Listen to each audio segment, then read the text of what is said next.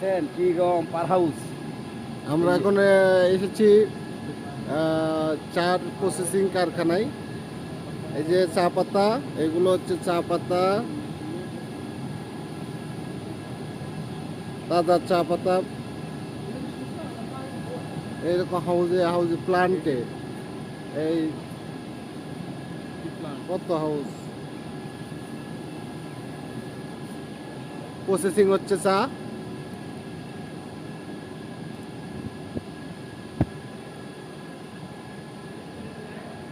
বিশাল কারখানা, বিশাল অনেক বড় একটা কারখানা। এখানে চা প্রসেসিং হচ্ছে।